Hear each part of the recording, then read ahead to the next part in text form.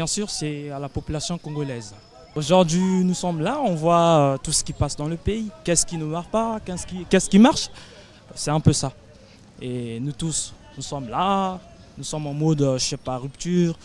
Il y a ces choses qui marchent et il y a ces choses qui ne marchent pas. Entre-temps, on peut avoir aussi quelques mesures, par exemple, pour faire de telle sorte que ça marche un jour pour le développement de notre pays. Les critiques, c'est très important et dans une société comme le nôtre, nous sommes dans une société démocratique, donc il est toujours important de critiquer lorsque ça ne va pas. C'est toujours dans l'avancement et dans l'émergence de notre pays. Bon, excusez-moi de la question. La question est trop forte pour moi, quoi. Parce que le gouvernement nous appartient. Hein, le tout nous appartient. Donc c'est bon. La critique, des critiques, hein, on peut critiquer le gouvernement. Mais sachant qu'aujourd'hui, dans la vie des critiques, c'est mieux, c'est aussi mauvais. Vous voyez, c'est mieux, c'est aussi mauvais. Mais on peut critiquer le gouvernement. Mais quelque part, au commencement, si c'était mal fondé, est-ce qu'aujourd'hui nous pouvions établir tout ce qui est ici dans notre pays? Ça peut marcher comme ça. Donc, au début, si c'était déjà mal, même si on peut fournir des efforts, d'abord, l'économie, c'est quelque chose qu'on prépare dans le début. Hein? Les critiques que nous faisons à l'endroit du gouvernement, ça profite à la population. La population demande à ce que le gouvernement soit droit en faveur de la population. Le social, qui aujourd'hui, ça tourne mal. Si le social marchait très bien, non, le chef d'État peut rester 100 ans dans son fauteuil présidentiel, personne ne le touche. Ce que nous voulons, c'est ça. C'est ça que nous voulons. Le social ne marche pas dans le pays. Toutes les entreprises fermées, l'hôpital n'est pas en faveur de n'importe qui. C'est la population qui souffre. Dans le temps, il y avait indigents et les fonctionnaires. Les indigents ne payaient pas. Les fonctionnaires non plus, mais on envoyait les factures aux finances et le finance se retirait. Mais cette fois-ci, l'hôpital général est devenu une clinique où tout le monde doit payer. C'est là où il y a la mort d'hommes. Les critiques ne profitent à personne, comme je venais de le dire tout à l'heure. Hein? Les torts sont partagés. Par exemple, je prends le problème de l'environnement. Si la saleté, tout le jeton ici passé par là, du point de vue environnement, là, les microbes, n'est-ce pas, touchent la population. Maintenant, pour le politique, les responsabilités sont partagées en sens que, bon, ils doivent assurer au moins les minimums pour que la population puisse trouver quelque chose de quoi manger, etc. Voilà. Dans une grande ville comme Brazzaville, par exemple, bon, on ne peut pas se dire que nous allons au champ pour chercher que tubercule, manioc, etc. Non. Donc c'est à ce moment-là que le tort du gouvernement revient. La critique profite au peuple congolais. Parce que le peuple congolais veut que ça change. Le peuple congolais veut qu'il ait un peu l'essentiel. Le peuple congolais aujourd'hui n'a pas l'eau. Vous remarquez dans certains quartiers de Brazzaville, il manque d'eau. Alors que Brazzaville est traversé par l'eau. Brazzaville est dans l'eau, Brazzaville est sur l'eau. Brazzaville est entouré d'eau. C'est curieux, c'est paradoxal que Brazzaville manque d'eau. Oui. Brazzaville aujourd'hui n'a pas d'électricité alors qu'on a tapé tout. C'est-à-dire qu'on a. C'est un peu de crier sur les Mboulou, qu'Mboulou va nous donner le courant. Mais au Brazzaville aujourd'hui, il y a certains quartiers, beaucoup de quartiers sont dans l'obscurité. Dans l'obscurité, donc Brazzaville manque de courant. Voilà un peu l'essentiel. Le peuple congolais ne se nourrit pas comme il veut. Que les gouvernants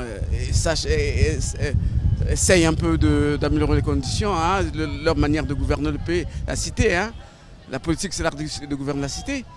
La cité, ce n'est pas autre chose que le peuple. Le peuple veut que ça change. Les critiques à l'encontre du gouvernement profitent d'abord au peuple congolais. Parce que quand le peuple congolais critique, ça arrive aux oreilles du gouvernement. Et le gouvernement sait ce que les Congolais pensent. Et moi, je me dis que le gouvernement, par rapport à ces critiques-là, doit s'arranger et à chercher à améliorer les conditions de vie.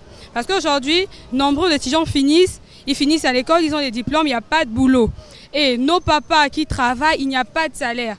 Et quand on entend à la mairie, il y a 3 ou 4 mois sans salaire, comment ils vont prendre soin de nous? Comment les gens vont se déplacer pour aller au boulot? Comment les élèves, comment on va payer les études? Et là, nous sommes vraiment dans un chaos. On ne peut pas avancer comme ça.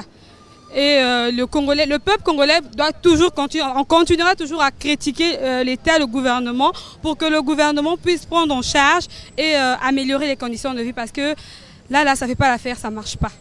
Mais les critiques que nous faisons, que vous faisiez pour le gouvernement, ça profite aux Congolais, au peuple congolais.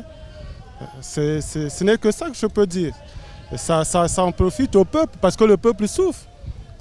Sur le volet transport, par exemple, c'est des souffrances. Sur le volet habitation, c'est également des souffrances. Sur le volet sanitaire, également les gens meurent. Regarde, là, il n'y a plus d'hôpitaux. On a des gens qui sont dans les hôpitaux, pas de soins. Même les poches de sang, ça manque au niveau du laboratoire national. Et tout ça, c'est de la souffrance. C'est ce que le peuple souffre. Et effectivement, il faut critiquer le gouvernement pour qu'il change à faire quelque chose de bien pour le pays, pour que le pays avance, au lieu de faire des slogans qui n'ont rien à voir pour le peuple. Tout ce que je viens de dire, c'est ce qui énumère les vraies choses du peuple, les vrais enjeux du gouvernement vis-à-vis du peuple. Ça profite au peuple congolais parce que la population doit, comment dirais-je, la population, il faudrait qu'il y ait la santé, les enfants doivent aller à l'école, les gens doivent travailler parce que sans le travail, on ne peut rien faire dans la vie. Donc il faudrait qu'il y ait l'amélioration pour que tout aille de mieux. Voilà pourquoi tous ces critiques, ça profite pour le peuple congolais. Effectivement, les critiques dont les Congolais font contre le gouvernement profitent à tous également parce que le gouvernement doit être l'exemple du pays. D'une manière générale, le gouvernement doit être l'exemple du pays.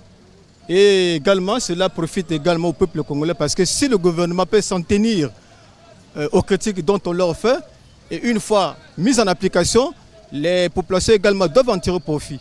C'est un peu dans ce sens-là. Ça appartient au peuple congolais. Bon, quand nous critiquons le gouvernement, c'est parce que nous disons que ça ne marche pas. C'est ce que le peuple, c'est que nous constatons, nous en tant que peuple. Donc nous voudrons que ça change et que le gouvernement puisse changer aussi sa façon de travailler, d'utiliser les biens publics. Voilà, c'est à peu près, c'est ce que le peuple congolais cherche. Nous ne voulons pas tous ces discours-là, mais on veut qu'on mette les hommes qu'il faut à la place qu'il faut. Il y a des économistes qui sont là, qui peuvent tenir la partie de la finance. Donc pour le moment, bon, c'est tout ce que je peux dire. Les critiques que les Congolais font à l'égard du gouvernement seraient bénéfiques pour toute la nation et pour le régime en place. Dans le naturel, si un artiste pourrait exposer une œuvre d'art, il est évident que cette œuvre soit moins critiquée pour l'amendement. C'est dans ce sens-là. Mais sinon, ça serait comme à l'ancien temps où il y avait peut-être l'absolutisme. Dans une entreprise, par exemple, le représentant de l'entreprise a besoin au moins d'être orienté par ses collaborateurs. C'est tout ça aussi. Que nos chefs, voilà, si on n'a pas fait une bonne moisson, par exemple, vu, et le fait de critiquer l'entreprise, on pourrait aller de l'avant. Voilà l'impact positif de l'entreprise dans une société ou bien une nation en particulier.